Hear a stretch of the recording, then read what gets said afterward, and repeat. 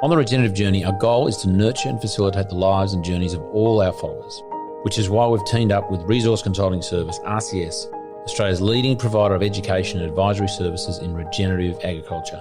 RCS trains and consults across the ag sector, from individuals and families through to corporates and even government, empowering people to grow productive and profitable businesses in diverse and, importantly, healthy landscapes. They understand that the future of healthy families, resilient communities and regenerative farming lies in holistic education. Over the last 15 years, they've played an integral role in my own regenerative journey, and I have a lot to thank RCS for, and I'm one of 7,500 others who have attended their farming and grazing for profit course. I don't know where I'd actually be, and I certainly wouldn't be this far down my own regenerative journey if I hadn't completed a significant amount of training with the RCS team. I can't recommend more highly RCS to anyone looking to start their regenerative journey in a supportive and proven environment. Terry McCosker and your team, you absolutely rock. And we're also absolutely stoked to be collaborating with them now. For my listeners only, we're offering a 10% discount on all farming and grazing for profit schools and grazing clinics in Australia this year. If you add this to the early bird rate of a 7-day school, you could get a whopping $1,000 off the standard price. Simply add the code CharlieRCS, that's CharlieRCS, that's one word, at the checkout to get your concession. How awesome is that? Now head to the show notes to find out more. I don't believe it's something that should be exchanged for money. It's as important, or it's as much a human right as healthcare. I don't see why an emergency room is free but eating healthy food isn't. And that might be controversial to some, but to me it's quite obvious. That was Jay Marinis, and you're listening to The Regenerative Journey. From wherever we are, we acknowledge the traditional custodians of country throughout Australia, recognising their continuing connection to this land, its waterways, the stars in the skies since time immemorial. We pay our respects to the elders, knowledge holders, and to all the generations of First Nations peoples who have nurtured their unceded sovereign lands for over 80,000 years and continue to do so today. G'day, I'm your host Charlie Arnott, an 8th generational Australian regenerative farmer. And in this podcast series, I'll be diving deep and exploring my guests' unique perspectives on the world so you can apply their experience and knowledge to cultivate your own transition to a more regenerative way of life.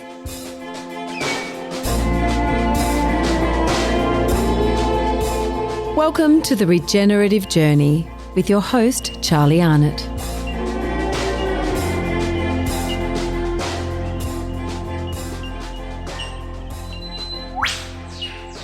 G'day and welcome back to The Regenerative Journey. Again, before I launch into the guest for this month, I'd be a bit sad if I did every month. This week's episode, couple of things I'm just going to touch on.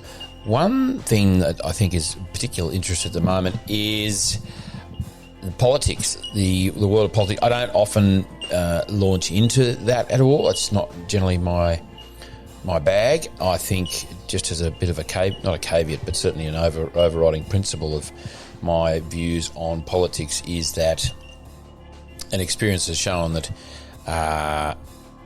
you're more likely to get stuff done by just getting on and doing it. I'm talking about being individually and as a community. If my view is if we wait for government to kind of create initiatives and implement things, we're not going to be progressing, not in the world and not a type of world that I think is appropriate or necessary at this point in time. So I generally don't involve myself in politics too much. I did in some ways back in the day when I was had a big issue with wind farms, which I've banged on about before. I don't need to go into the detail now. So I was lobbying, if that's the right word, rallying, literally, and visiting politicians non-stop for 2 years. So I've had my dose of kind of what happens in the halls of so-called power in Canberra and New South Wales. Just not a big fan of being involved myself. So, yeah, again, I think the best way to get anything done is just get on and do it. Obviously, there's rules and regulations and legal considerations, and whether you overstep those boundaries is entirely up to you. However, there is a lot to be said for creating the path to the future, creating the impulse to just get on and get things done. And that's pretty much any sort of facet of life, I think.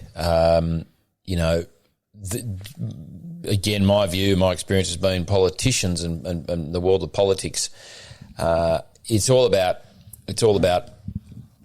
the squeaky wheel who has the loudest voice, which is fine, but it's also about what's in it for them, what's the best outcome for them. If it looks good and it there's enough people on board with a particular initiative or a movement, then they might go that way because it's all about numbers. And so at this point in time, at a number of different levels, politicians aren't interested in a lot of things that, sort of various facets of agriculture, working close with nature. They're sort of getting whiffs of it and they kind of think that might be all right, I think, generally, but they're not embracing it wholly and solely. And that's fine because there's a whole lot of people who aren't politicians and aren't in politics, who aren't caught up in red tape and bureaucracy, that are just getting on and doing some amazing stuff. And relatively unorganised or unorchestrated way. You don't need an organisation to oversee everything that goes on in a particular movement or whatever. I think the guerrilla tactics and the way that people just get on and do it is fantastic. Now, to the more immediate political stuff that's going on, there's an election coming up, which is interesting. I'm doing a lot of driving lately, and the placards, the billboards, the core flute posters everywhere. I hope those guys are going to come and take them down, because that's a whole lot of plastic sitting up in trees and up on posts that probably should be disposed of somehow. We don't be looking at all those mugs all year round. It's incredible how there's so many. I mean, the thing that struck me is the number of independents that are running, which I think is a really good thing. The majors, if you can call them that, traditionally the majors, I think need to be worried. I think there's much more going on behind closed doors than we're aware of. Deals, preferences, that sort of thing.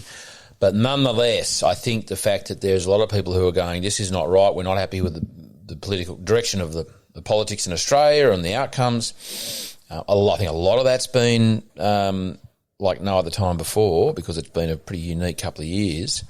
The whole COVID spicy flu thing, the way that was handled, I think people are just sick of that. On many levels, the health levels, on the sort of the impact on businesses level, the economics of it, and the mishandling, I think, of the whole thing. So what is good is that, people have, individuals and other political parties have come up. Now, whether you like them or not and you want to pull them apart and say, oh, they've got this agenda and that agenda, that's for others to debate. I'm just pleased that there seems to be enough motivation, impetus for people to go, I'm going to throw my hat in the ring and have a crack. As far as how I vote, I'm not telling anyone, but it certainly won't be in the way I might have traditionally. Because I'm really not sure who. I haven't been following, to tell you the truth, many of the candidates.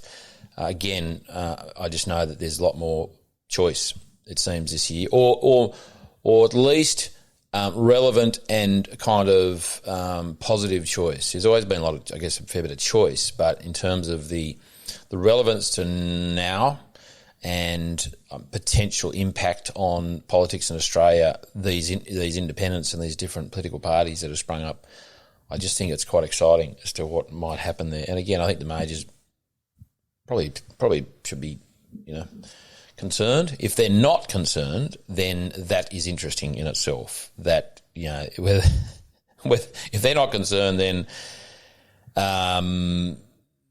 that says to me something else is going on.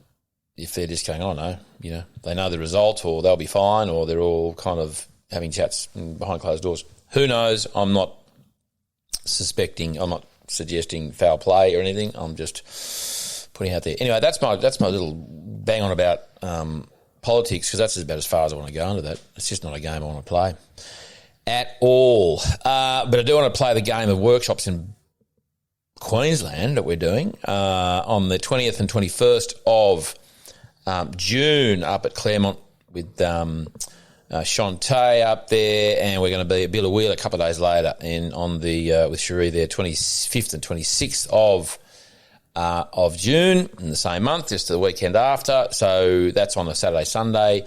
And then we're down at the sunny Sunshine Coast on the 29th and 30th of June as well. I have an itchy nose. I don't know what's going on there.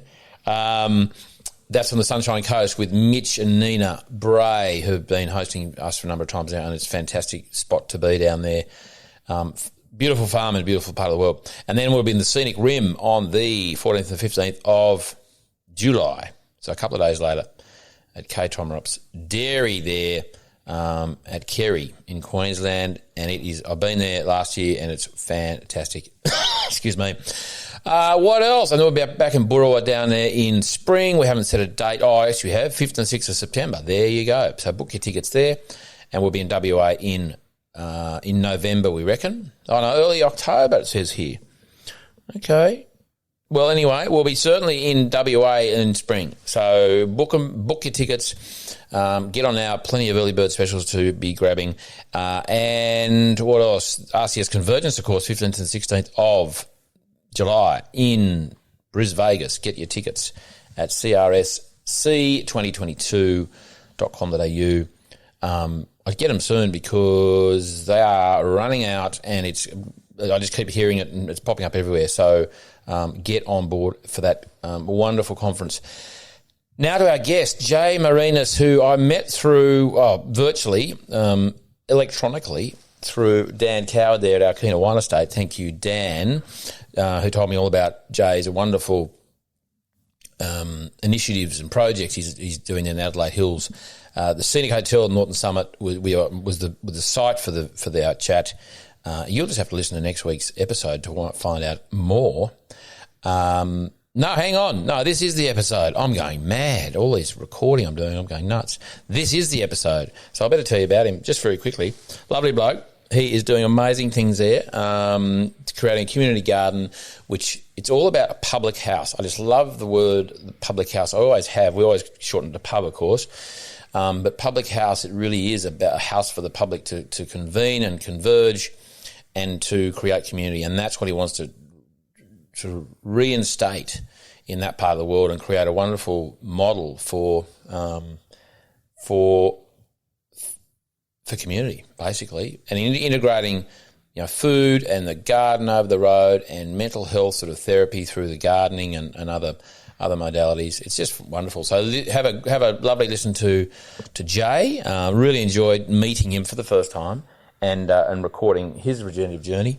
And I hope you enjoyed as much as I did when I spoke with Jay Marinis for the regenerative journey. Lovely artwork put together by David Button. Behind us? Yeah. It's awesome. By a Japanese man, Rente, of the surname Rente. Right. Died about 50 years ago or something, but he's a collector of this particular art. It's a Japanese forest scene. I actually quite like Japanese art. My grandparents had a fair bit of it, and I love the fact that wall over there is, I guess, as was. Yeah, so we pulled up 3 layers of wallpaper and we found original dado line with this beautiful teal, and that informed how we designed the rest of the room. Awesome. Jay, we're recording. We've had 36 seconds of banter, which is awesome. Half my interviews actually start that way. My guests just start talking. I go, oh, hang on, we're on. Jay Marinis. Have I said it properly? Yeah, you did. Because I had to check because someone recently didn't say it properly, did they? Yeah, no. They should remain unnamed. I have the pleasure of meeting with Jay for the first time, and I have to thank Dan Coward of Arkina Wine Estate for lining us up this interview, and we are at Norton Summit. Mm-hmm. Scenic Hotel. Scenic Hotel in Norton. I've done it again. Norton Summit in the Adelaide Hills. Yes. And I was just saying to Jay, if we hadn't done this interview and I hadn't had Dan tell me, and I wouldn't have met Sophie from the Gardening Australia just down the road, and I wouldn't have probably ever been here before. So it's wonderful. The sun is just shining. We were inside because the wind was a bit windy out there. Mm-hmm. Wind tends to be windy, and we thought this is a better spot. Jay, we are sitting in the Scenic Hotel in Norton Summit, and what does it mean to you to be sitting here in such an historic hotel and reflecting on how you've got here, which we're going to unpack in a minute? But what does it mean to sit here and kind of not sitting next to me, but just being here and kind of running the show here and being in such a beautiful part of the world? Yeah, it's 10 years worth of thinking and even longer of dreaming to get here. And it's not just me. There's a whole group of people that are responsible for operating this beautiful place, namely Alistair Wells and Enoch Yates, my two main business partners, and then, countless other people involved in getting us where we are today. And yeah, for me, it's both daunting and also incredibly exciting, given the fact that we are moving into our second stage of this project. And venturing into a place which is fairly unknown. There's not many other examples that we can find to inform our design, and these are always scary things, venturing into the unknown, but also the most worthwhile as well. And what is it, without going into all the detail, because again we'll unpack that, what is it the culmination of? You've got to this point. It's what's led you to this point, without telling me all the story, because we're going to go sort of backwards in a minute. Yeah, so we are running a pub, a public house, in the truest sense of the word, and our next stages are a therapeutic horticulture garden, operated through obviously an organic biodynamic lens, and then the third aspect is an allied health practice, and those three form the basis of what I'm calling a community integration hub. The hotel being arguably the most important part of that, and that's why we started with this place, and then are now venturing out into our second parts. We're about a year and a half in now, and so we're on track, surprisingly, with our projections of where we were going. But yeah, hotel, garden, allied health being the three core components. Let's go back in time, Jay, to when you were a little Jay. Where were you being a little Jay, and what were you doing? What was the sort of what context? What geographically? Where were you? So I grew up here in Adelaide, in the northern suburbs, which is, some would refer to as the wrong end of town, or the other side of the track. I'm not familiar with Adelaide. Yeah, I know it's Adelaide and Glenelg. Okay, so Glenelg is west. We're near the beach. And we are east here in the Adelaide Hills. And east and west are very much the places in which culture and affluence and, maybe a little bit more length and breadth, so to speak, in the community, whereas north and south have been, for the longest period, been known as a little bit more of the growth and development areas. And so, I grew up in the north part of South Australia, in Adelaide,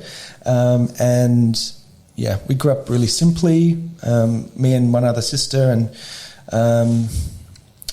I didn't know what I was going to do at all. Urban kind of urban suburban situation. Very much suburban life, and going to, where schools are demarcated on a 1 to 7 level, 7 being like incredibly low SES, and the schools I went to were level 7, and so my community was very broad and very diverse, and I'm very thankful for that, and that's really informed the person that the core foundation of who I am. And if you're going to talk about value set, I think I would probably say diversity is a key one, because the only way that we grow and learn is from each other, and we're all as individual as our thumbprints, and without that level of diversity, we have a really shallow and sad existence, and that's definitely informed the outlook, which now takes me to where we are today. And what cultures were there? Where are you from? What's your kind of heritage? My dad is Macedonian, so North Macedonian, Eastern European. So not to be mistaken with the Greek part of Macedonia for all those playing at home. You very much offend people, not me, because I think it's all the bloody same, but people that are diehards will say, oh no, that's the Slavic part of of Macedonia. It's a very different culture, and I agree it is. Very different language and set of values as well. And then my mother's Italian, so every day I wake up I hate myself a little bit more. Is that, that's in your genes, is it? Yeah, but interestingly, the part of Italy where my mum is from is Molfetta, in the southern part of Puglia. It's one of the only places you can catch a ferry to Macedonia. So mum and dad weren't far from each other, but they met in Australia. Puglia, my family and I were in Italy for a couple of years ago, and we stayed in Puglia. And it was beautiful, quite like it felt. Have you been over there? Have you? Yeah. It felt. I can't remember. There's the town with the Bari pottery. Oh, it's a lot of pottery. It's famous for its pottery, and it was. We sort of didn't seem all that far from the water on the shoe on the heel, the western part of the heel, and then we went further east back to the other bit. Just terrible names. Beautiful. Yeah, it's a lovely fascinating place. part of the world. Very much so. Excuse me, Italy. And I married an Italian, half Italian, so I kind of get that. Half your luck. Yeah. Oh no, totally. Like just there's so much wonderful stuff that I've learned about in terms of family values and just connection and just family kind of keeping it together. Yeah. So what happened then? So finished school. Yeah, very much finished school. I then went on to finish a degree in classical history, which at that point in time I thought, what am I doing with this? I'm not going to be a librarian. Very strange choice. And I was... Why classical, of all the things? Well, in all honesty, my classical history teacher in Year 11, Mr. Paravecchio, if you're listening, he pretty much rescued me from school. I was really having a tough time. Like, I think I have to have some level of intelligence to... Shit. What's happened there? Sorry. That's all right. Gone off. What happened there? Sorry, listeners, my video, which has... Oh, damn it. I took a video off there this morning. That often tells me it's running out of memory, but... bloody thing. Sorry. Yeah. So Mr. Paravecchio, he informed... definitely how I saw myself. I was struggling in high school, and he rescued me and helped me with the medium of tragedy. Tragedy was the thing that saved me, I think. So if we're talking about classical history, we're talking about the period called Antiquity, which is 500 BCE, before Common Era, and 200 or 300 years pre and post that. Tragedians such as Sophocles and Euripides, two of my favourites. And I was like, well, that made sense to me. I got really good marks in it. I might as well just go do it at uni. And then I did, because I was a little bit lost at that point, and I finished it. And I sort of got to the end of it and scratching my head as to what I was going to do next. And before we leave that one, sorry, please. Did you learn about the Stoics and the Stoic philosophy? Very much so. Yeah, right, yep. Cool. Because that seems to be. I mean, I don't know if it's probably always been in. It's certainly been much more on my radar in the last few years, and it's fascinating stuff, isn't it? Kind of I think view of life. There's some harsh and unrealistic aspects of Stoicism which I don't necessarily agree with, but I think it is a rather interesting philosophy for sure. Sorry, so you got through that. Yeah, and while I was finishing that, I was doing some electives in psychology, and said, well, maybe this is something I'd be interested in. And so called the uni and said, can I complete a double degree instead of giving me this one thing? No worries, dude, another 3 years. And I was like, oh, cool. So I'll do that. And so I did. And then I graduated with a double degree in psychology. But similarly, got to the end of that, I was like, oh, I can't actually do anything with this. I have to go on and keep going. So I finished the fourth year and then did 2 more years after that of practice. So I'm coming to the end of that now, and will be a registered psychologist at the end of October. Very good. And also completing also a PhD candidate as we speak. So in philosophy? No, in psychology. Sorry, in psychology. Yeah. In psychology, yeah. Yeah, so fantastic. Another 4 years on top of that, which is the next sort of little mission. Okay, so when we get to the end of this interview, we're going to give you a bit of a review on how realistic that is, given the other stuff you're going to tell me about. Yeah, no, I like breaking off more than I can chew, but they're all things that I really love, so and I'm never tired of doing them. So what then? What was the next kind of chapter?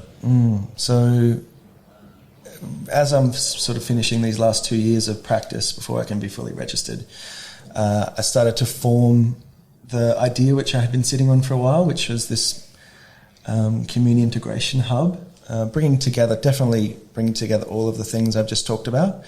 I did 1 year of, well, I was supposed to do a year, didn't do the whole thing, of exchange in Germany in 2011, I'm going to say, and that was like during the heat of the Syrian war, and that very much informed my perspective on community and how it should look. The people in Berlin were very much rallying around the people in Syria that were, refugees from Syria there. We were protesting every day. We were, eating in these pay-what-you-can style dining rooms. We were meeting families which had, members which are disabled, which were queer, which had so much different diversity, and everyone there just knew how to hold them. And then I was sort of being reflective of Australia and realising that I couldn't name a single place like that, other than, if we're going back to primary school, those homes that I went to, the Aboriginal family that I experienced so closely, and, lots of Vietnamese families I hold close even to today. And that's the level of care and diversity that I sort of experienced. But in our general, South Australian life, I couldn't see those same examples. So that really lit a bit of a fire underneath me to say, all right, I've got this classical histories thing that's going to inform the way I think and the cyclical nature of life. And now I understand human behaviour and I can apply that in a practical way. How do I bring this all together? And, I was doing some shifts in hospitality, did that on the side for another 10 years or so in between all of that. And I was like, well, hospitality is the linchpin which drives it all together. This is the place that we are supposed to meet and exchange, and yet I don't see that in our current world. I see a commodified and really sad depiction of what was the most important thing to everyday life. Well, I guess it's a great point, that I guess the public house, as you said it before, which is absolutely right, we call it a pub, but we forget kind of what its original kind of purpose was. I think, there's still a lot of pubs around, of course. There's places that identify as going for a drink and a yarn, but I guess generally there's not, and there's entertainment and there's hospitality and so on, but in terms of a bigger picture intention for that house of the public or for the public, it's that just doesn't exist. So I totally agree with you. Thank you for pointing that out, because it's kind of, it can be such a wonderful, and no doubt what you're creating here, a wonderful hub and a centre for friendship and relationship and community. So tell me more. Yeah, so I guess I shouldn't get too ahead of myself. We are, only in that first stage, and all the things that will, eventually come out in this podcast and me sort of lamenting over, we are still doing. So I don't want to be hubristic or unfair, and preface this with saying we're still learning, we're still trying. These are just some basic tenets which we believe in, which we're moving towards, and anyone that's not doing this shouldn't feel as though that they need to chastise themselves, and so we're moving to a place which honours, I guess, the ideal of hospitality from a classical history perspective. I said this recently, and I forgot that I knew it, but it makes so much sense, really. So Zeus, everyone knows Zeus in the pantheon of gods. He was entrusted with two roles, the god of gods, so made sure that everyone was in check, and the god of hospitality. So to the Greek culture, ancient Greek culture, hospitality was obviously the most important thing to everyday life. It's called xenia, the idea of being the protector of a stranger is generally the concept. And welcoming someone into your home, and this is our home in every sense of the word, and providing them everything and asking for very little in return. And that being the way in which people learn and understand from one another. Without this, we are siloed creatures, and that's not how humans can exist. And so we're trying to return to this model, and obviously there's some realities in place. We exist within a neoliberalist capitalist world, and things need to be commodified in order to pay the bills, but they don't necessarily need to be in the way that we're doing it, and that's sort of the point of difference, the counterpoint that I'm talking about. I think we can create latent funding within a hospitality model which allows for truly regenerative hospitality services rather than just regenerative food on a plate, because I think that's a low bar to set. And so I guess that's a really important thing to mention here, that obviously this podcast is about regenerative farming, something we very much believe in, and we are hoping to practice in our own farm here.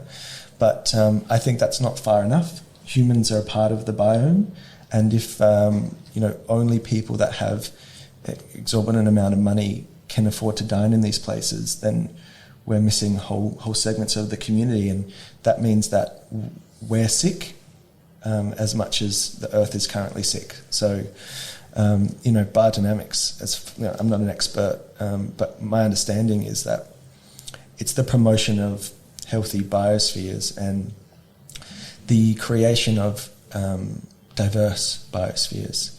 And so, we're so hell-bent on that being our farm life, but we're forgetting that humans are a huge part of that. We're not divorced from nature, we are nature. And so in these eating places, which I believe are the linchpins of our society, how can whole segments of community be excluded from healthy eating habits? It makes no sense to me, and I think it's definitely a segment of this world that we're missing quite a lot. So how does one include those? And I'd suggest that a lot of I guess in a lot of cases, the ones who don't have access, whether it's because they don't know or they can't afford it. I mean, they're more likely, they're really the ones that need it the most, don't they? 100%. Because they probably haven't had it, like, as someone's economic sort of situation, demographic increases, they probably have opportunity to access better food, and so they kind of have a, dare I say, a higher plane of nutrition generally. But how do you get those ones that probably possibly haven't had a good feed in their life? Yep. How do we get them? That's exactly what we're trying to tackle. And one aspect, I think it's multifaceted, and if we were going to explore the whole thing, we'd need the whole afternoon, but we'll try our best. All right, Charlie? We'll try our best. This is an exercise in summarisation. Yes. I'm getting my elevator pitch down better every day. Have you got one? Not really, no. Okay, it can be an escalator pitch. It can be a couple of minutes. Yeah, we'll give it a go. So it doesn't have to be too succinct. To address your first part, I think that, yes, people of low socioeconomic background that are marginalised, they need this service more than anyone. They need healthy, nutrient-rich food.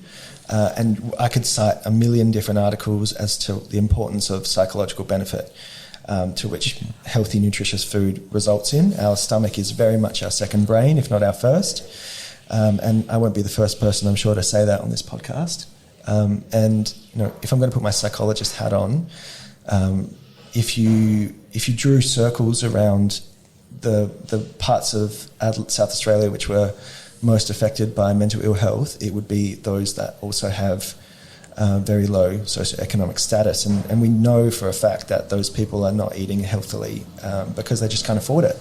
And that's where the McDonald's pop up, and that's where all these different things. So, there's lots of factors, food being one of them. But I think if we can start to reshape what hospitality venues look like and how to access them, we can mobilise huge amounts of people to gain access to organic or biodynamic food, and also provide community integration in what is essentially the psychology office of the everyday person. I think, you sit at the bar or you talk, you sit at a table and a waiter comes to you and they ask you how your day went. That might seem mundane to some, but to me it's an exercise in table psychology. It's how do you possibly change that person's day, week or month in the exercise of eating and drinking. And I think that everyone should have access to these places regardless of how fancy they are. And my argument is the healthier the restaurant generally, the more expensive it is. You can't really afford to dine in half of these places, let alone, I can't, let alone some of these other people. So We do that by leveraging what's called latent funding, so funding that isn't necessarily directly observable through what is traditional hospitality funds. So food and drink being the main two, and if people don't come in the door, you're stuffed that week. So hospitality is a really interesting one for that. There's nothing else you can draw upon. And arguably a commodity which should never have been commodified, in my opinion, and I can go into that for about a million years. Food. Food. Food. Yeah. It's. I don't believe it's something that should be exchanged for money. It's as important, or it's as much a human right as healthcare. I don't see why an emergency room is free, but eating healthy food isn't. And that might be controversial to some, but to me, it's quite obvious.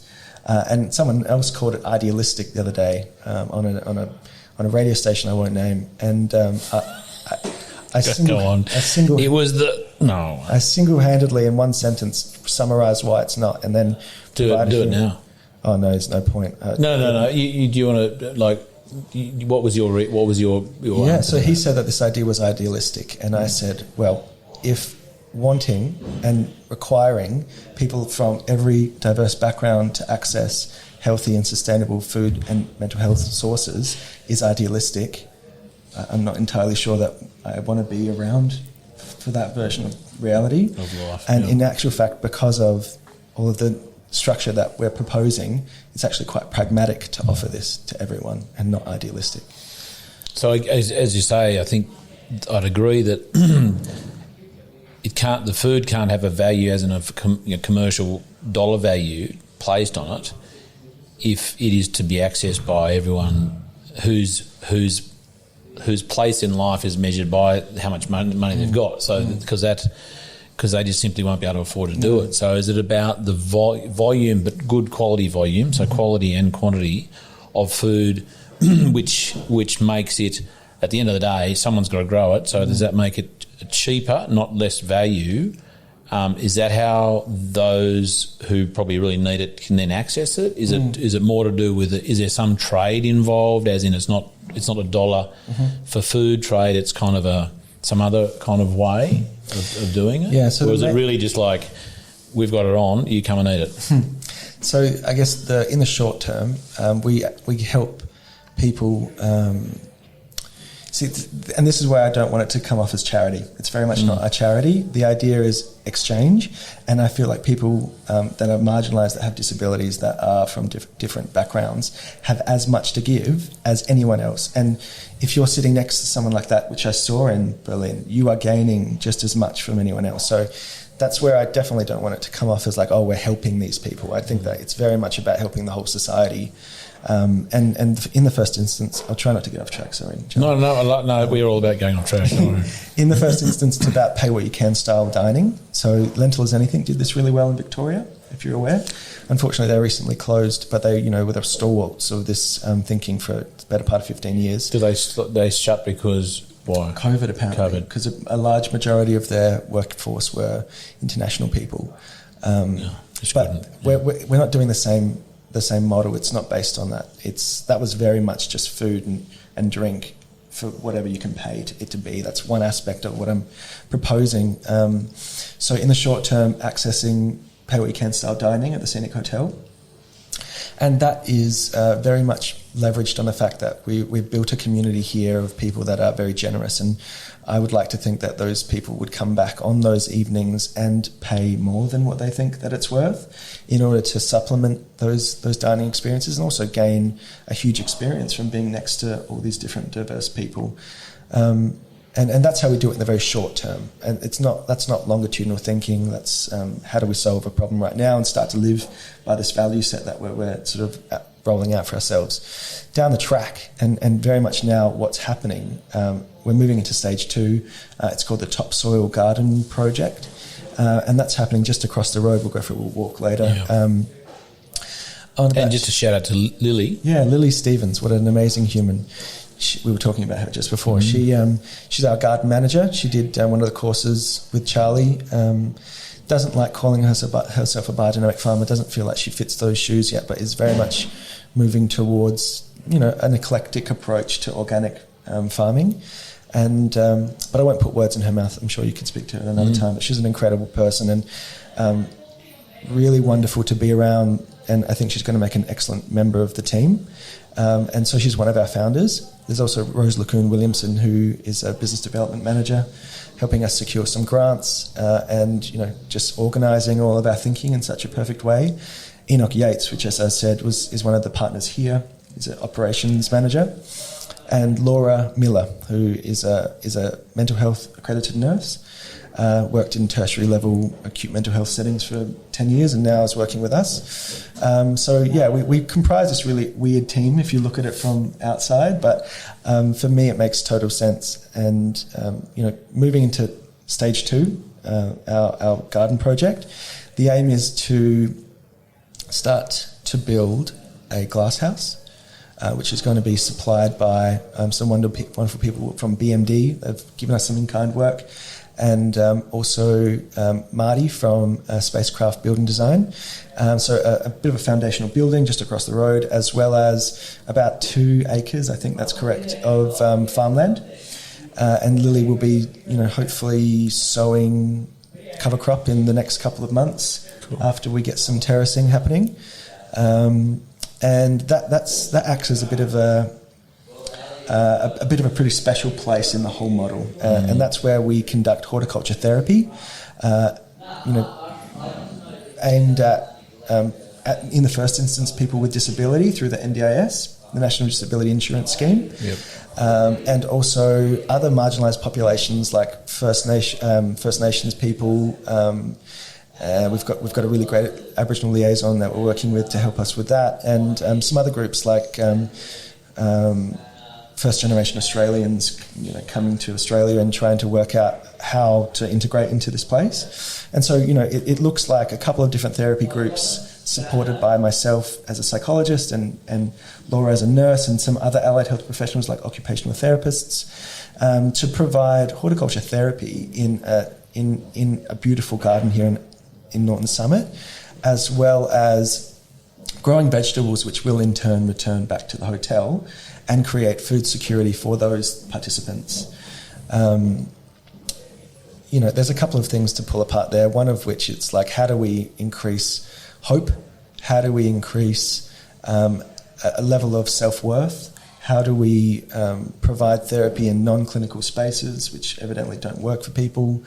How do we, design multidisciplinary approaches where everyone's connecting? How do we give the therapists and the people working at this place quality of life?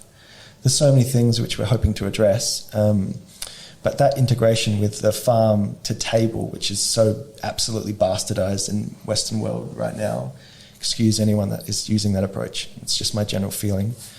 Reflect back on the nice things I said earlier, please.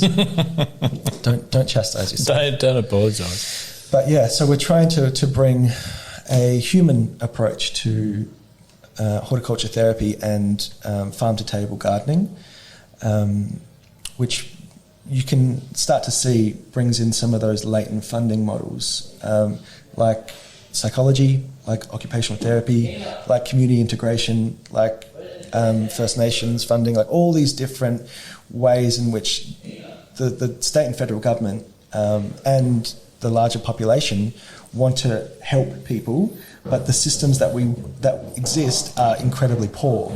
And so I'm suggesting that we can leverage those, do them far better, and in a naturalistic environment, and also feed people.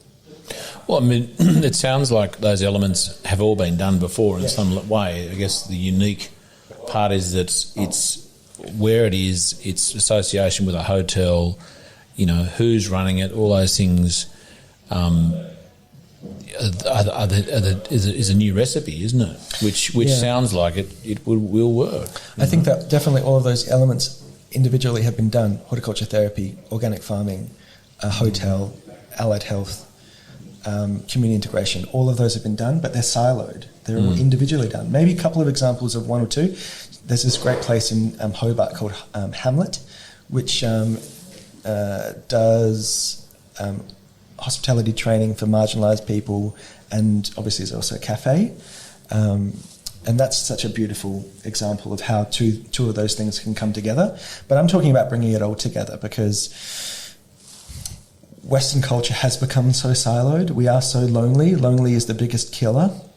And also, our systems don't work as well when we're individualized. Hospitality doesn't speak to mental health, although mental health and mental ill health leaks into hospitality. So why wouldn't these things talk? And how is there no examples of this? I think that these things naturally should go together. How do we support hospitality, which in essence is about giving, but unfortunately has gotten to this weird place of commodification whereby even the most expensive restaurants aren't making money. So if you're telling me that you're running off a 5% profit margin and in this really schwanky restaurant, and you're 2 weeks away from closing, even though you're packed out every night, that tells me that there's something wrong with the system. And even the most successful restaurants, the ones that are making money, it's at the cost of the environment, it's at the cost of the people, it's at the cost of the consumer. So restaurants are broken, we know that, and the ones that are doing the right thing can't make any money. We only serve organic wine here. We do our very best to only serve organic food. In some cases it's not possible, but that means that our profit is very, very low. We pay people above the award wage. We try and make sure that people don't work more than 40 hours a week, although that's not always successful. But restaurants, hospitality venues are usury in nature. It's the only way to make them work, and people keep coming and sitting and enjoying them but aren't looking at the reality in the face. And so, if we're serious about climate action, if we're serious about social change, we have to address the biggest operators. That is hospitality. If you talk to any climate scientist and you say, what can I do? They say, well, change your food habits, because farming is such an important thing with climate activism, and change the way that you invest in your super in your banks. But it's like, hold on, where's the food being served the majority of the time? And how can you also make massive social change? Well, you change the biggest industry in the world, which is food.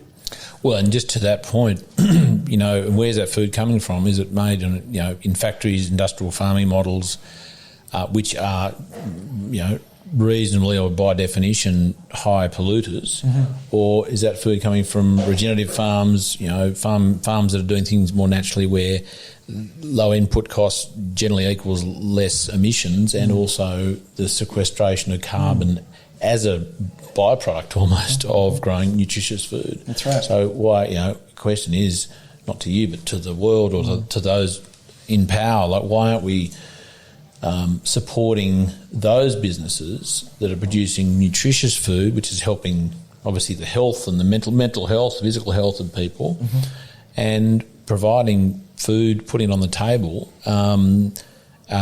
at a good value, that is of value to people, and it's also helping with the climate situation. And why are they not listening? Why don't they understand? Are there other agendas at play? Or they just don't care? And it's just like everyone thinks we're going to save the planet by having keep cups. Then that's all we have to do, Plastic straws, yeah, that's right. Like, is that good enough for them? Like, is it because it's all too hard for them? I think that there's maybe not enough lateral thinking in those places, and the answers are a little bit too hard at this point.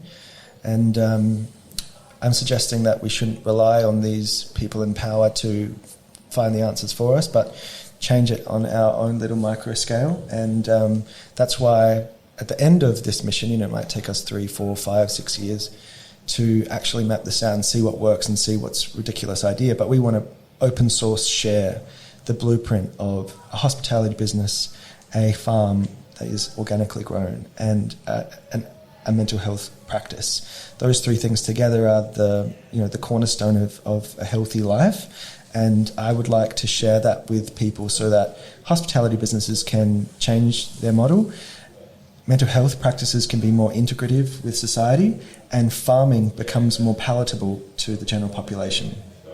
Why do you think, again, sort of a related question and honing a bit more on mental health and practitioners, psychiatrists, psychologists, doctors, and the way they treat mental health? I mean, my experience, not necessarily personally, but in other ways, food as a medicine is just not even on their radar. It's like stuff you just put on a plate and eat. I've had conversations with psychiatrists and psychologists and put that on the table about, food, organic food being a way to improve health. I tell you, they looked at me like I was from another planet. Really, I'm very sorry that was your experience. I think I definitely have had similar ones with medical practitioners. I find that hard to believe in like the psychology work, because it's about the biopsychosocial model. That's the basis of our concepts, and bio being such a core component. You can't treat someone unless you're holistically looking at the way in which their life works. How are they sleeping? What are they eating? What does their daily routine look like? What do their relationships look like? What are the protective factors involved? And, I'm sorry that was your experience. It's definitely not the philosophy of the greater group. But I definitely agree that there is an issue with the medicalisation of humans and the answer being this beautiful little white capsule rather than all of this nutrient-dense, rich food, which is so important to us. And being in nature is obviously so important. If more practitioners felt that, they wouldn't ask people to come into these doctors' rooms. They would say, let's meet X. Let's in the park. That's right. And there's obviously issues with confidentiality and that sort of thing, and that's why our garden's going to be designed really carefully to allow for those one-on-one or two-on-one conversations to occur in separate places, but they're still going to be in nature. They're still going to be connected to the soil, and if you're not doing that, then I think that set and setting are two really important things when it comes to delivery of healthcare. Or is that set? Set, so your mindset. Oh, mindset and setting, and as setting. In locale, yeah. Right. Yeah, and so your mindset that you're bringing into the therapy room or doctor's office or whatever it is really does inform an outcome. Other than therapeutic rapport, that's probably the number one indicator or outcome, the indicator of a positive outcome variable. And so what you're bringing into the room it really informs how we then can work with that. If you don't want to work on anything and don't want to talk to me, it's really hard for us to move forward. And then arguably equally, setting is as important. And, now we have doctors' offices which have maybe some fancy Japanese art or not even that. They have this like comfy but ugly chair. And if you're working with children, there's some toys from Kmart. And so how can any human that is, omnipotent, humans are these amazing creatures, how can you fit their experience into these rooms? You can't. But if you look out that way, and when I take you to that view, you'll see what I mean. When you look out into the greater Adelaide Plains, nature has this way of reminding you you're both incredibly small and incredibly large. And all of a sudden, everything else that's going on for you has a new shift in focus. And so people that are really stuck is a big thing in mental health. You find them very quickly uncoupling and being unhooked from these really stuck emotions because, my God, it's magnificent. The world is a magnificent place. And unfortunately, places where I've grown up in the north, the people that are most hard hit by mental health, those same people that aren't eating nutrient-dense food also have these incredibly small worlds with backyards that are 2x2 and, parks that have like really dodgy equipment in it and, basketball centres which maybe are missing a hoop ring and, your world is very small. But if you come up here, and to be honest, like I've asked people, my participants, do you know where the Adelaide Hills are? And they're like, what's the Adelaide Hills? And it's like, well, that's really fucking sad because this is a place of transformative nature, and I'm saying that we can provide better healthcare in nature and in this place, and you can replicate it in other places that are equally as impressive. It doesn't need to be the Adelaide Hills, could be anywhere. And service delivery should occur in more naturalistic spaces. Otherwise, we are completely missing the mark of the biopsychosocial model.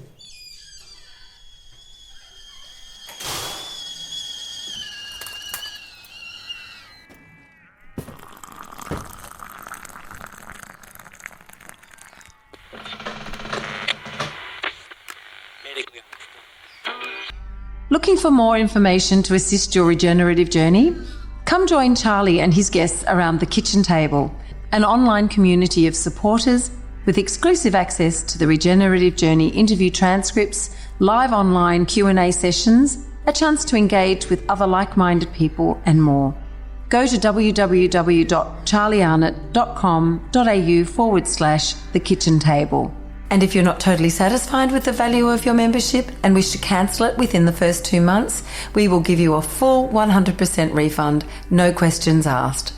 Now let's get back to this week's episode. What came up for me then was that, I hear it time and time again that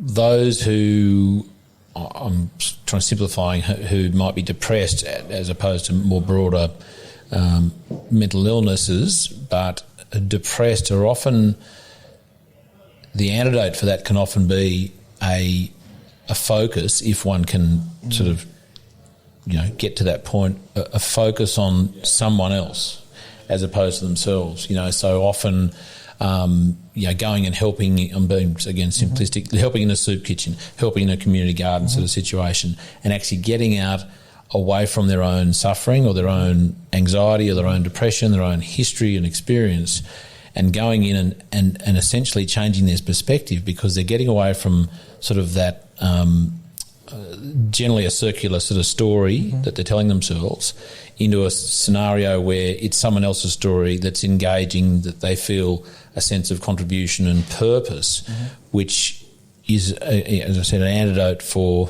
depression. I'm not a clinical psychiatrist. I don't know the sort of nuts and bolts of that. But to me, having knowing quite a few people where that has been very helpful, it's not a dissimilar thing in a way. Going into like, you can either go and see someone in a room, as you say, with some token crap in there to try and make them feel comfortable, but it's all about them. But if they're in an environment in which they are the appealing and very open and sort of compassionate environment of nature, now that's a healing environment, isn't it? 100%, yep. You hit the nail on the head, and I don't think you need to be a clinical psychologist or psychiatrist to know that. I think it's an intuitive thing, and there's so many things there. So tell me, you've also got coming. Oh no, let's stay at hospo, because I did a couple of years in a pub in Sydney, a couple of different pubs. Worked my ass off, long hours and back-to-back shifts and the whole thing.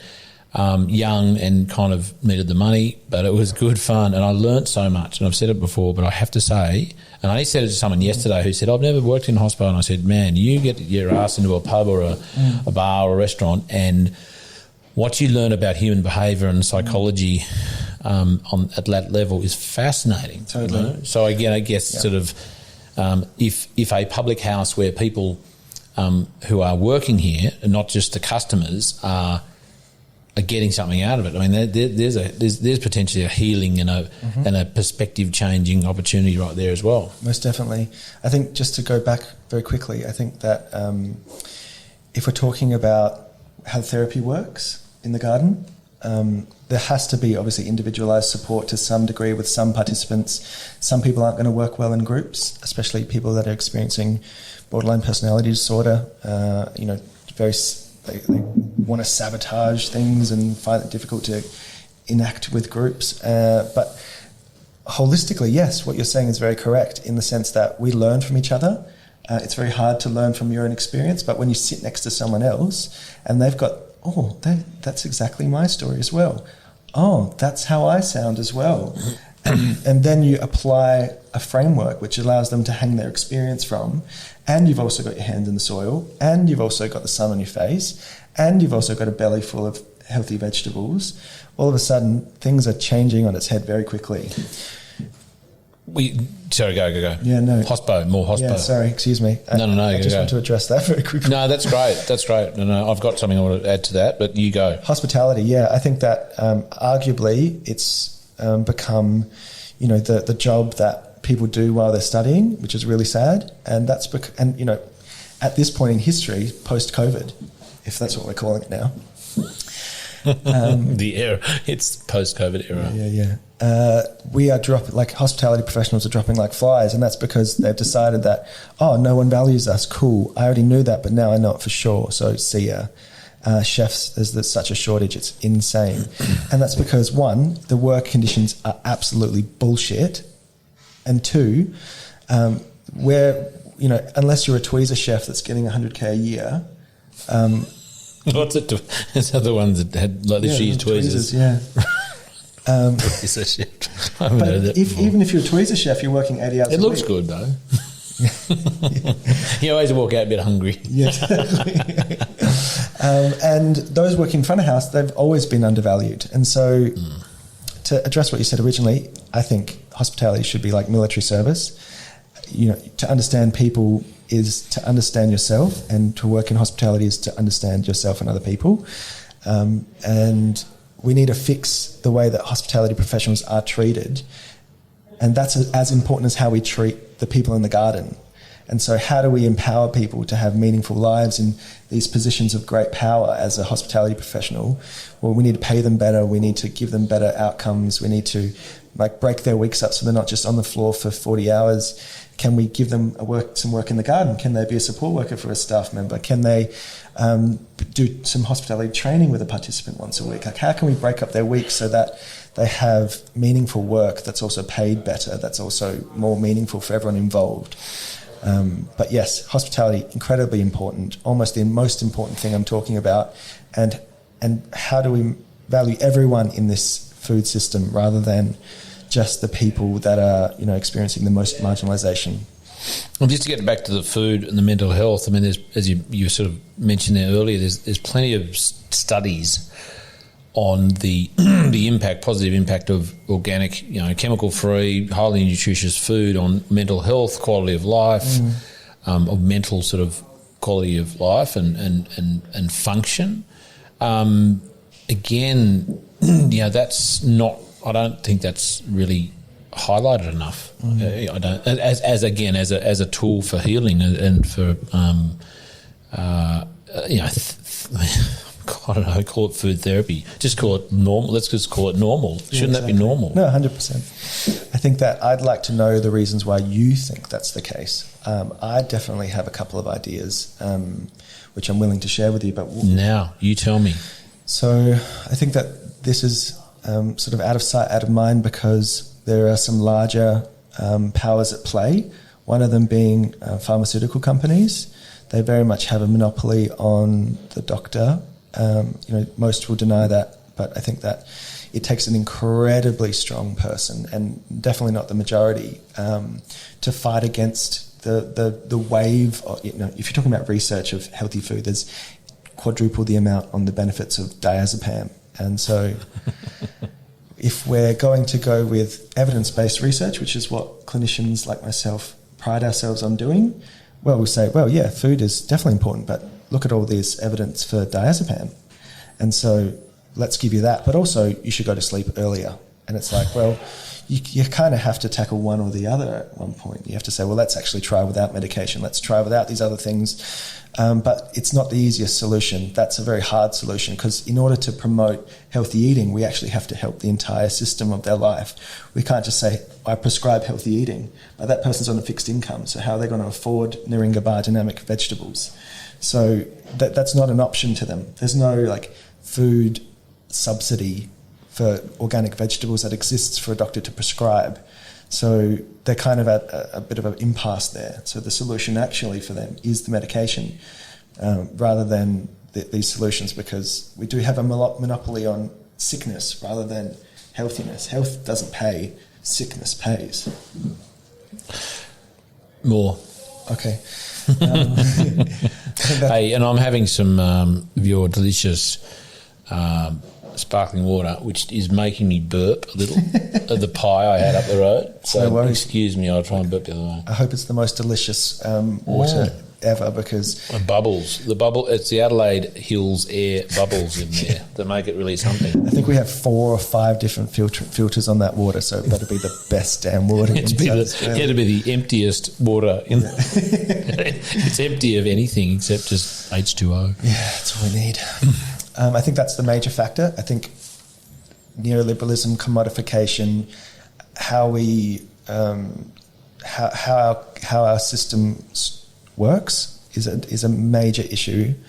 And so that's why I'm not proposing we just build a garden and solve the problems, or build a allied health practice and solve the problems. I'm talking about systemic change, which comes from blueprinting a new model of society. And I think that my version of that comes from a hospitality lens. It might look like something else from someone else's perspective. I'm not saying this is the answer to all of these problems. I'm saying this is how I solve it from my end. Maybe an architect has a better way of integrating their world into these different cornerstones of society. But what I am saying is that these will happen from grassroots levels. They will not happen from the top. The top is only fixated on how we possibly generate the economy, and the economy needs to be running growth. Yeah. And so, I think you can do some of those things with the model I'm talking about, but it doesn't look the same way. And so that's scary. Venturing into something which is the unknown elicits fear. Fear of things that we don't understand is something we have to be conscious of. Otherwise, we just label them as wrong. I want to jump into the coves, the spicy flu.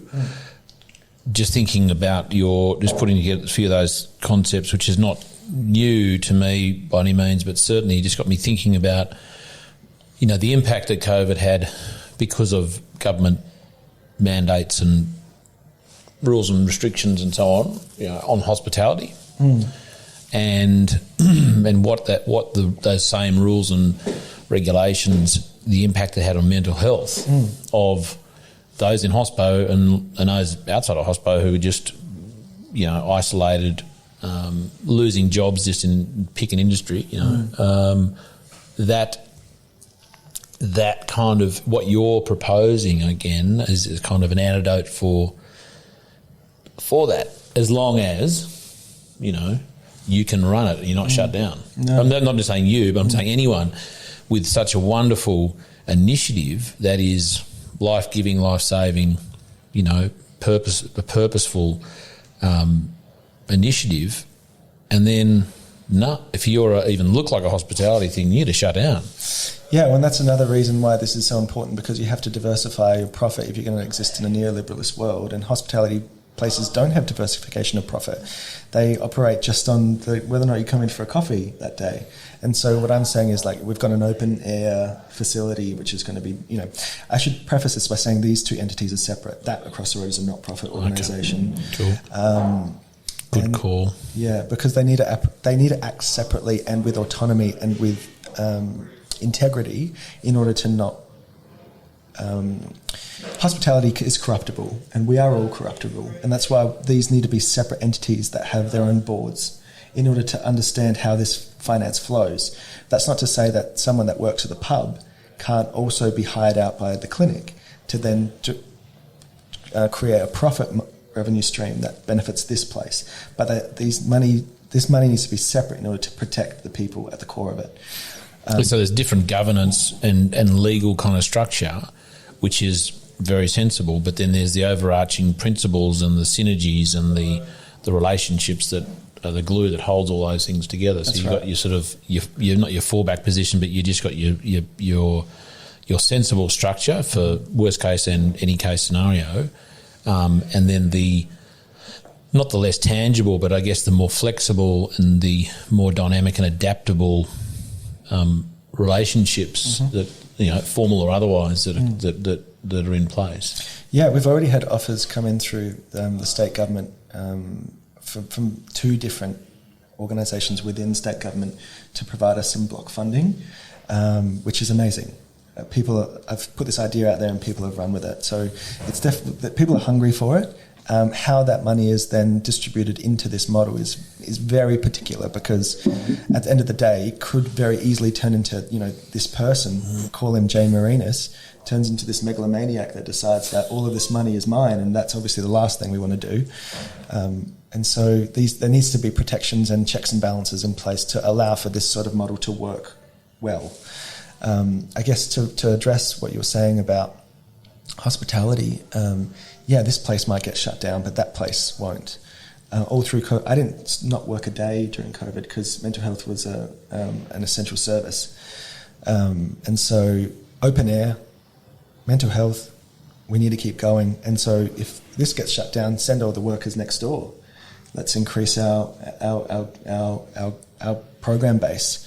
We'll pay the workers, continue to pay the workers through that program so that the hotel can stay running through that. So it's kind of COVID-proofing the hotel a bit. COVID-proofing. Well, it's building in resilience. Just on the government funding thing too, you know, being involved in land care for many years and still am to some degree, and other sort of organisations that have had government support, financial support, schooling. My children are at Steiner School, and what I see and experience is, and this is not a warning necessarily, it's just kind of something my experience is, you know, once, it's not a bad thing, but once, you know, one accepts government funding, then there are checks and balances, conditions and caveats that are put in place that may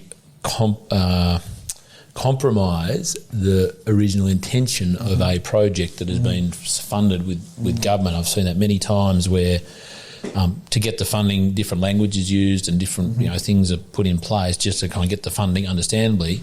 But even if things go well, there's still often a compromise that has to be made or is made down the track, or the fine print that's not read properly, or if things go to the shit, then there's that kind of you're beholden to the government, very much so. So I guess it's just something that I've experienced, not personally in my business, but just organisations, and it's kind of like, and then often, especially land care has been the thing, is the more that is funded by government, directly or indirectly, the sort of, not the lazier it gets, but the kind of the more dependent it becomes, because the next time there'll be more funds, and then the structure and the perspective is starting to sort of twist and change as so that becomes a normal thing, you know. And then when shit goes down, change your government even, you know, then you've got a whole different. Well, it doesn't build resilience. Sure. You know. I guess I should have said that, you know, these are a couple of things that have come through. We're only considering them, and totally. No, I'm not saying don't. I guess it just came up for me then. But I guess that I should also say that we can't expect that every program is going to be able to be funded in that way. So when we build this model, it has to be, as you say, resilient, and it cannot be reliant on these sorts of handouts. It has to be something which I can say, yep, pick this up, take it there, and do all these things, and you can make it happen. So I think that I take your point very seriously, and I, you know, once again, have to catch myself by saying, well, this can't be just like this ideal, so to speak. It needs to be actionable, and it needs to be mobile. Like, you need to be able to mobilise it. Anyone should be able to mobilise this, and that's how we make communities that are also more reliable and sustainable. I've just noticed how much extension cord you brought in here with you. we could have actually done this down the scrub about 200 metres away. Look at it all there. We don't do things by halves here, Charlie. It's like, just in case if we were going to do a mobile interview and just start walking over to the garden there. We could. Tell me about the Topsoil Festival you've got coming up. Yeah, so Topsoil Festival. Weeks away, yeah. 15th of May. It may have already passed by the time this airs.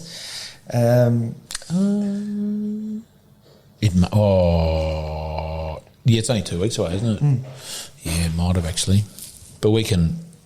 I can do a promo on socials and stuff. Wonderful. Yeah, cool. Make sure you send me some stuff. I will. So Topsoil Festival, it's funny, a bit of a chicken and the egg thing. We started the festival last year well before the garden had started, because we knew, obviously, what the values were.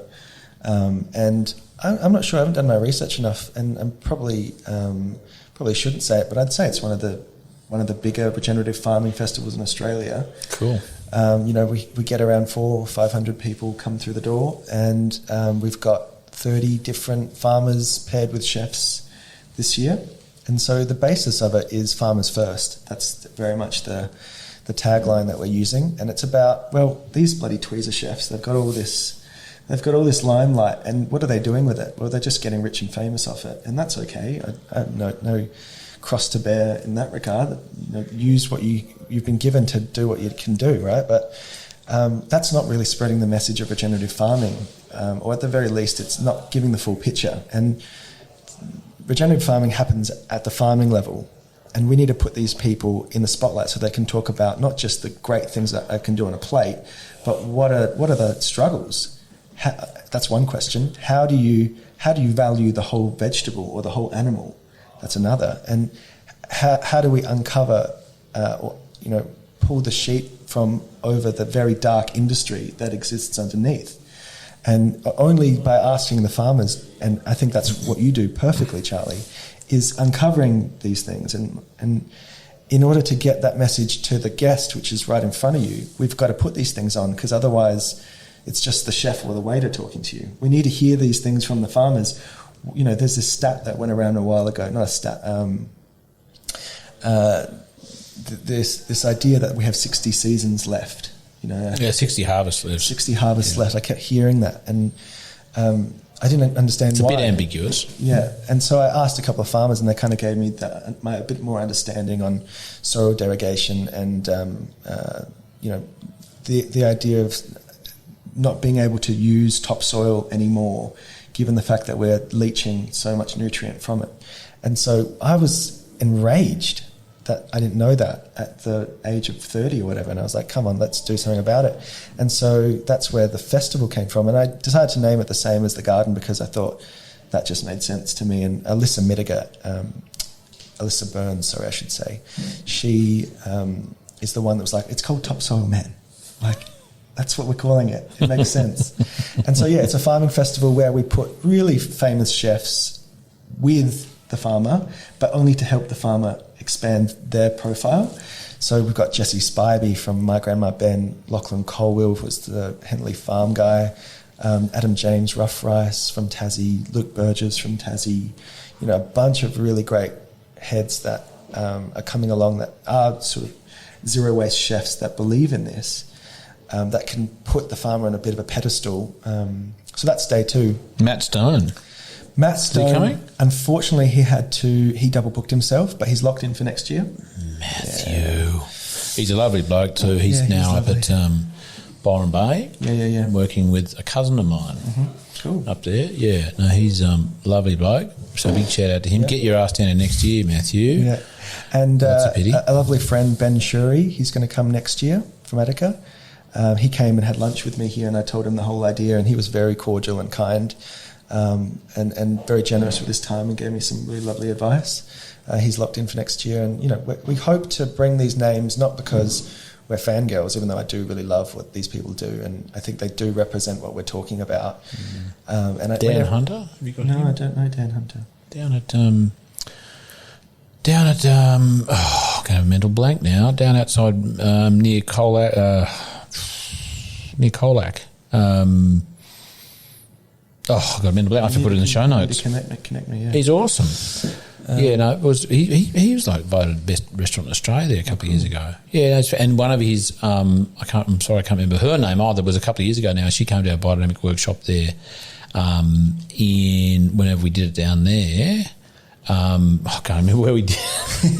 My memory's gone all bloody. Dan, Bray. Yeah, he's awesome. Lovely garden there. Him, but good guy. Oh no, we should swap notes on all that. And then another, just before I forget, because I'm going to. A good buddy of mine, Matt Moran. I'm going to lasso him into this, but 4 years ago, another buddy, Tommy Herschel, who I interviewed and I did a webinar with the other day, we put on a farming retreat for about 8 or 10, 12 farmers and not even just farmers, a couple of mates at our farm at Burrawa. And we got there on a Friday afternoon and we had a few beers and it was very casual, but the intention of the whole thing was a farm tour, eat good food and talk about the stuff men don't talk about. Okay, so Tommy was he's got a organisation called Find Your Feet, and he goes to schools and he speaks with young men generally, and I think sometimes there's sort of young girls involved in, but it's mainly the men that he kind of focuses on because they're often the ones that sort of outwardly have this, toxic masculinity stuff going on and all the piglet pressure, and he runs them through a program. It's fascinating what comes up for these guys, and then and when they stand on the line, as he says, and they talk about what's going on for them, and they have the bravery and the courage to do it in front of their mates. It's just fascinating stuff. So he's really well versed in that. Anyway, so all this stuff applies to men, right? Cool. Us grown-up boys. Which leads me to another thing about rites of passage, but that's another conversation. But anyway, so Tommy and I ran this weekend. Well, Tommy ran it, I was sort of hosting it, and it was so good for the boys. We had good food, we chatted, there were tears, there was laughs, there was a whole thing, and then we finished with this particular exercise, which had pretty much everyone in tears. And we want to do it, and it was a mental health therapy. It was like, it was wonderful, and we're going to do it with chefs. Oh, great. We're going to do it with chefs, so I'll get in touch with you too about that. We hope to do it later in the year. Any way I can. Yeah, well, look, it'll be at our farm, and I've mentioned before, and it's kind of keeps on every year goes by. I go, Tommy, we haven't done it yet. Getting a bunch of chefs, because as you well know, this is even before COVID. The mental health issues and the occurrence of suicide was. I think it's only just behind farming or something in terms of numbers a day or a year. And so we thought, how can we help that, getting farmers and getting, chefs back on farm, which is what you're doing. You're connecting the chef and their trade and their skill. Well, what makes them skillful? What are they dealing with? They're dealing with food. Who grows it? The farmer. If it wasn't for the farmer, the chef wouldn't have stuff to deal with, would they? So what a wonderful festival you're putting together. And so, sorry, who else is anyone else of note, or any particular farmers that are involved? Yeah, some amazing farmers. Naringa's coming. Aaron Klein is going to be here, and he's paired with Luke Burgess, and I think they're going to do some golden beets. I think that's the plan. The most exciting one that I'm ready for is Mooney Restaurant. They're in Wollonga. A couple of Taiwanese people. Amazing humans. Some of the most amazing chefs I've ever met. What's called Mooney? Mooney, yeah, M-U-N-I. It's in Wollonga on the main street, and they're cooking, Taiwanese fusion food, and they're using only organic foods and only organic wines, and they are paired with Jauma Farm, James Erskine. Do you know James? No. Oh, you would love him. What farm? What's it called? Jauma. I have heard of Jauma Farm. Yeah. Or Yauma. Some people call it Yauma, but it's Jauma. And he's a grape grower, cherry farmer, and winemaker. And is all this stuff on a website? Where can people find this stuff? Yeah, because I want to find it too. Jauma. Well, no, just like who's on the schedule. It's all on the Humanitics website. Okay. And on the ticket ticket thing. And there's also going to be a program uploaded, a program guide that you can see online that if you want to review that in past, which we've just finished typing up. And Jauma and Mooney, they are digging up some daikons that James co-plants with his vines, and they're the biggest daikons you've ever seen. And so creating biodiversity in his vineyard. And that's going to create a bit of a talking point on the table.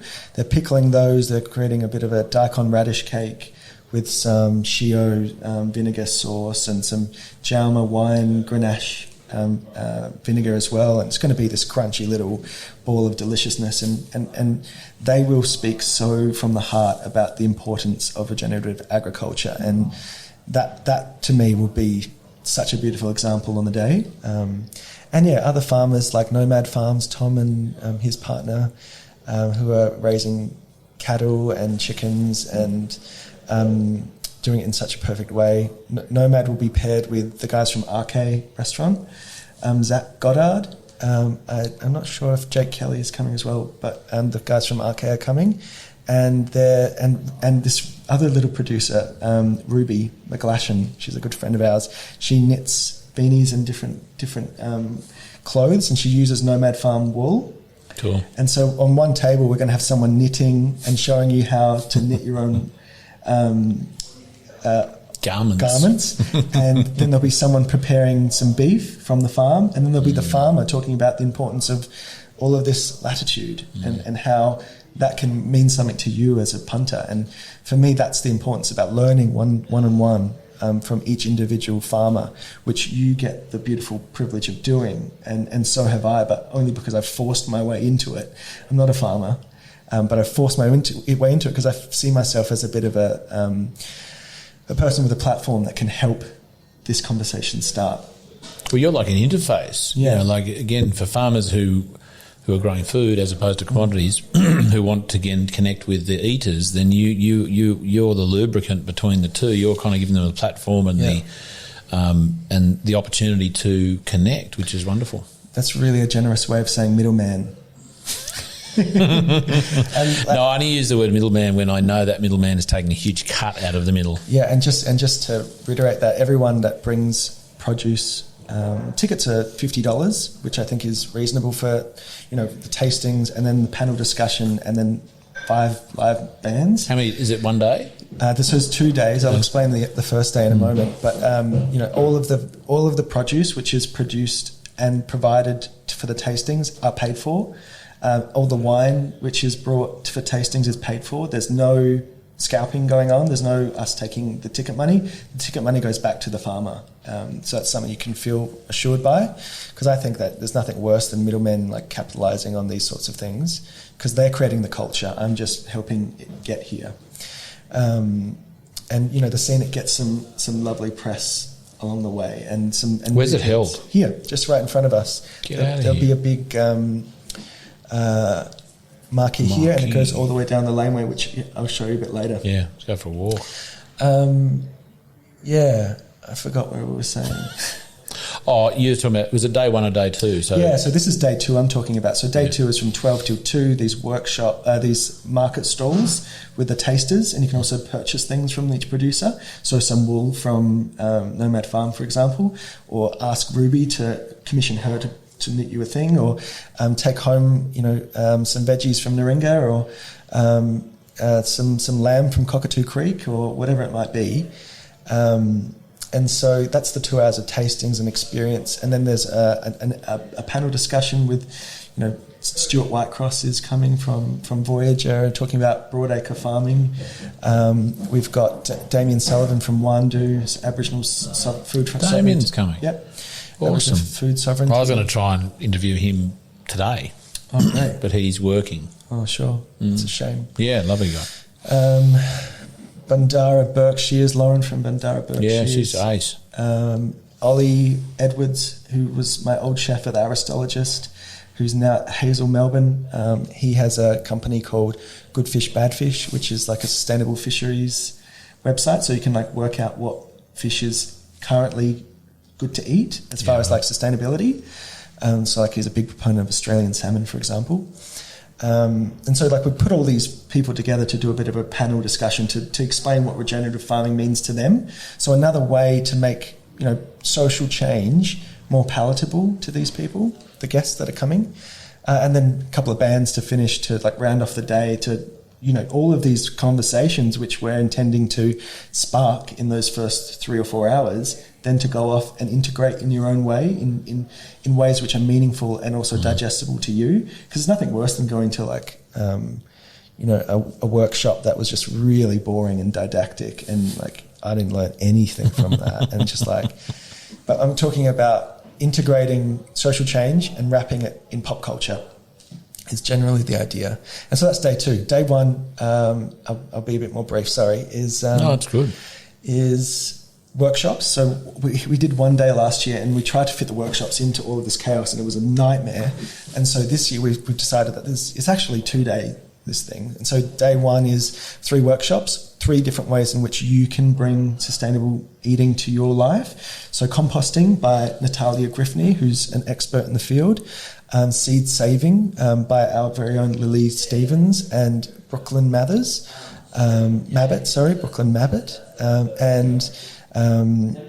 and preserving and pickling, presented by Andrew Douglas of Brew Ferments. And so 3 ways that you can, in your own life, take these learnings home, and then ending in a lunch presented by Adam James, Rough Rice, and his beautiful pickles and delicious food. James Erskine, also the same guy, is going to be presenting a farmyard ballad at that lunch as well. So he's singing. He's playing the flute, right. And then banjo will be playing the guitar, and then they'll be singing. Banjo will be playing the guitar. And that's while you're eating this beautiful, nutritious lunch. You're going to be hearing a ballad about the importance and the integral nature of farming and art. Cool. So it's quite a there's a lot to it, isn't there? As in terms of level, you've got arts and arts and crafts, literally, and food and the, I guess, the wisdom of farmers and the chefs. That's awesome. And it's on, is that a Saturday, Sunday? Yeah, Saturday the 14th of May is Can we come across next year? Please do. We would love to have you. That'd be awesome. I might have a few good, interesting people that I can hook you up with at least as well. We can talk about that off the line for next year, but that sounds awesome. I think you'd also, obviously, that's just the most obvious thing that comes to mind, but I think you would facilitate a panel discussion really beautifully. I think you bridge those worlds in such an amazing way, and I think I couldn't think of anyone better if you felt so inclined. Oh, Jay, stop it! But no, this is actually working well, formulating for next year, because the Taste of Australia is in that first week of May. Yeah, always busy. We have this year and last year we had our workshops, and it was kind of there was a lot of people who probably would have liked to have got the tied up with doing other things involved with that, and Maggie Beer is one of them. Anyway, so next year I'm thinking do Taste of Australia, then do workshops, and then that one might land on your weekend. Now, we can talk about that a bit later on. That is fantastic. I'm just thinking of the time. We've been here an hour and a bit now. I'm just going through my little brief notes.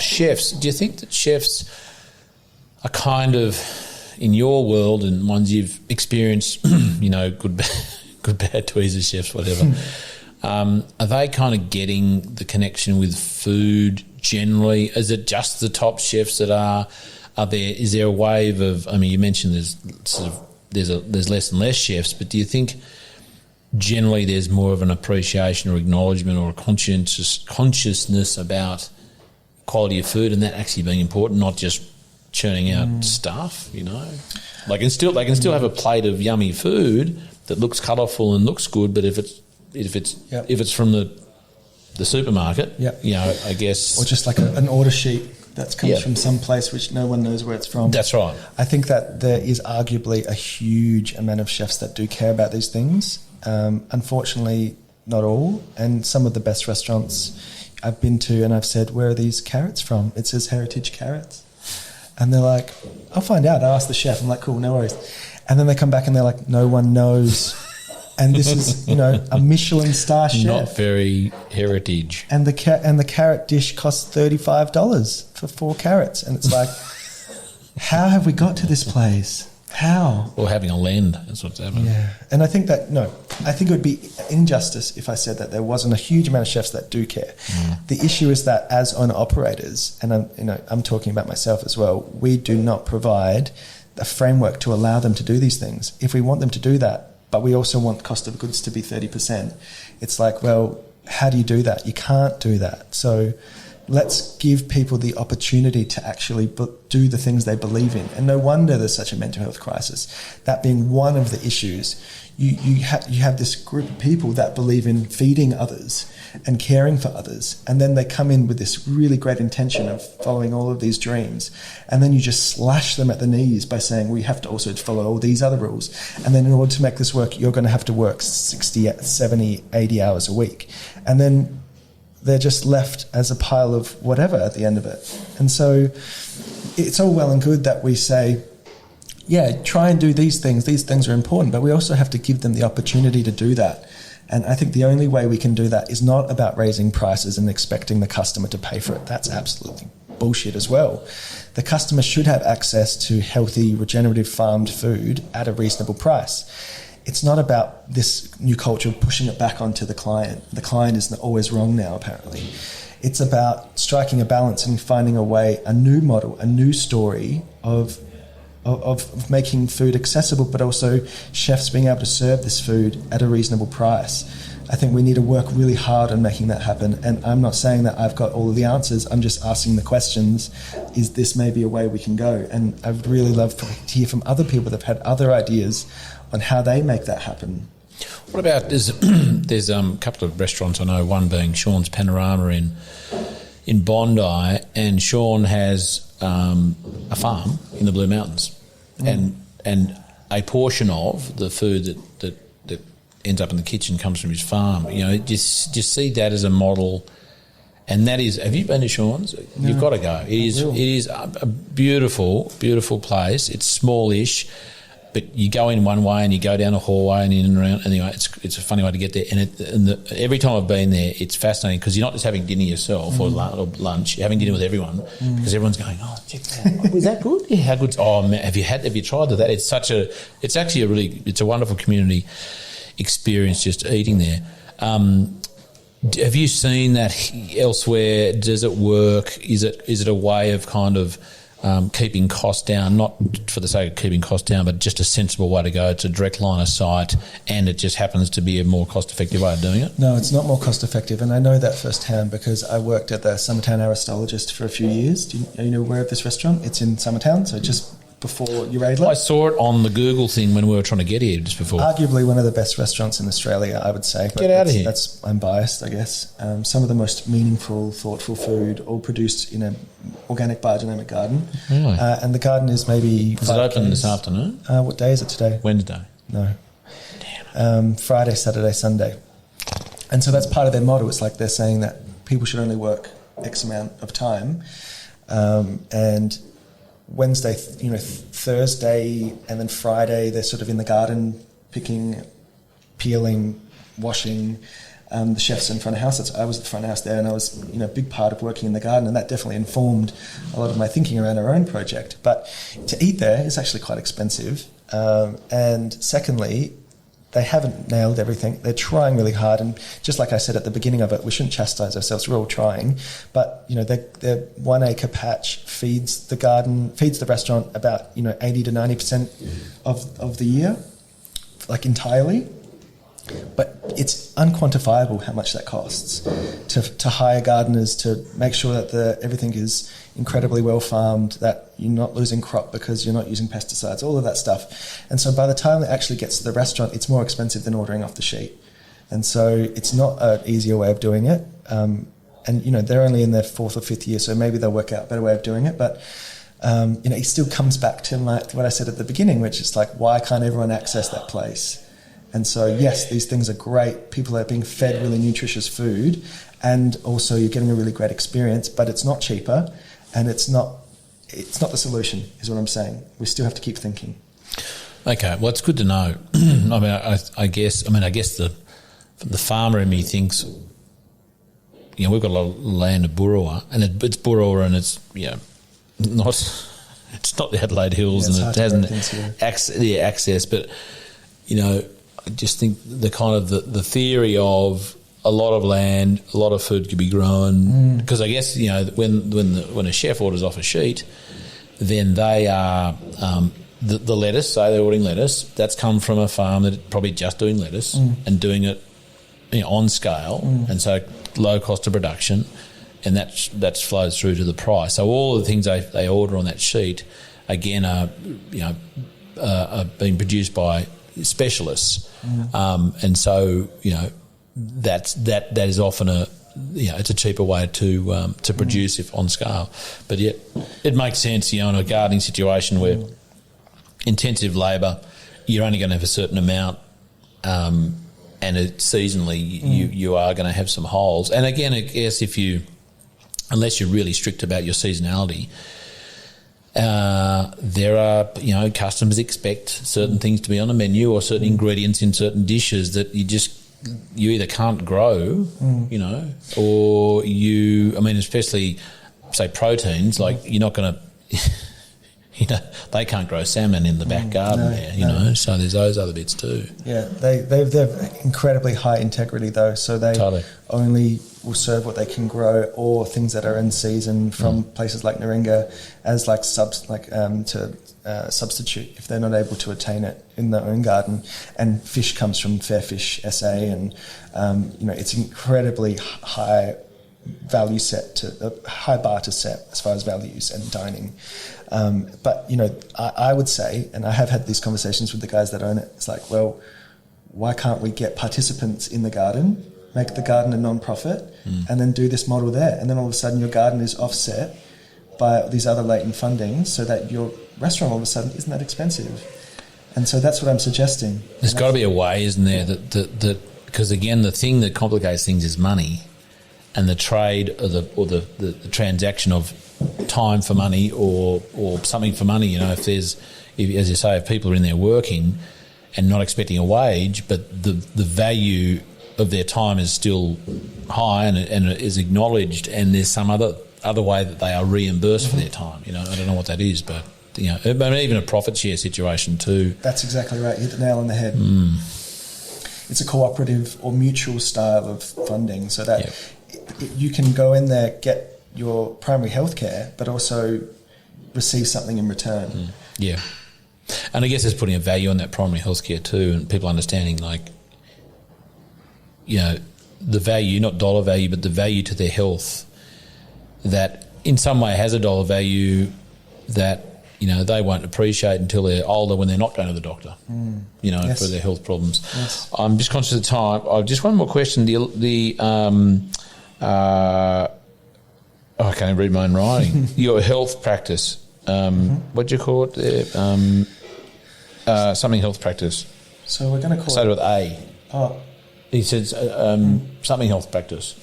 Allied Hills. Allied Health practice. Yeah. I can't even read it. That doesn't even look like Allied. That's the model that we use. Allied Health practice. Being physiotherapy, speech pathology, occupational therapy, and psychology, nursing. There's a bunch of different ones. But do you need a structure for that? Would you have? Yeah. So you actually have.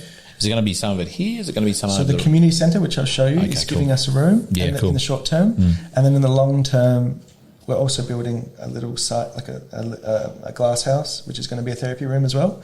And then long term, we're looking at the post office across the road as a bit of a place we can stretch into, because the post office is moving. So all within the village of Norton Summit. Is it an old, cool brick post office? Wait till I show you. Yeah, there's so many of those that have just gone to an agency and a news agent or something like that. It's sad, I reckon. Now, Jay, what I didn't tell you about is after we finish this, shortly, we do a little short Q&A. It's a rapid fire kind of thing for our Patreon members on those who support our podcast, The Regenerative Journey, with $10 a month, and they 2 coffees. It's probably actually 2 cheap coffees, isn't it? Shitty blend 43 coffees at a greasy spoon, and they get transcriptions of every interview, and a weekly video that I do, and a monthly webinar with our guests. So I'd like you to be on as a guest at some point in one of the coming up months. I know Nico Plowman will be in June because he's a meditator. Cool.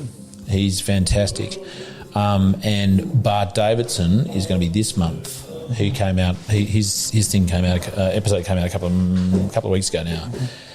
He's a freak. You're a freak, Bart. But we love you, and you're our next guest. Thank you very much. So we'll finish up here, Jay. We'll turn off. We'll have a stretch, and then we'll do another 5 or 10. How's that sound? You up for that? Great. I'm keen. Yeah, cool. I'm match fit. Let's do it. I'm scared now. Thanks, mate. That was awesome. Hey, very much appreciated. And next week on The Regenerative Journey, I am speaking with the legend, Uncle Bruce Pascoe. I caught up with Bruce at the Little Church Hall in Fairlight in northern, I guess northern Sydney, north side of the bridge anyway. And Ryan Watson helped organise that. It was wonderful. It was live. We did a wonderful recording, And it was a wonderful experience for everyone. Well, certainly me, and I hope you enjoy that episode next week with Bruce Pascoe, Uncle Bruce Pascoe, on the Regenerative Journey. This podcast is produced by Rhys Jones at Jaeger Media. If you enjoyed this episode, please feel free to subscribe, share, rate and review. For more episode information, please head over to www.charliearnott.com.au.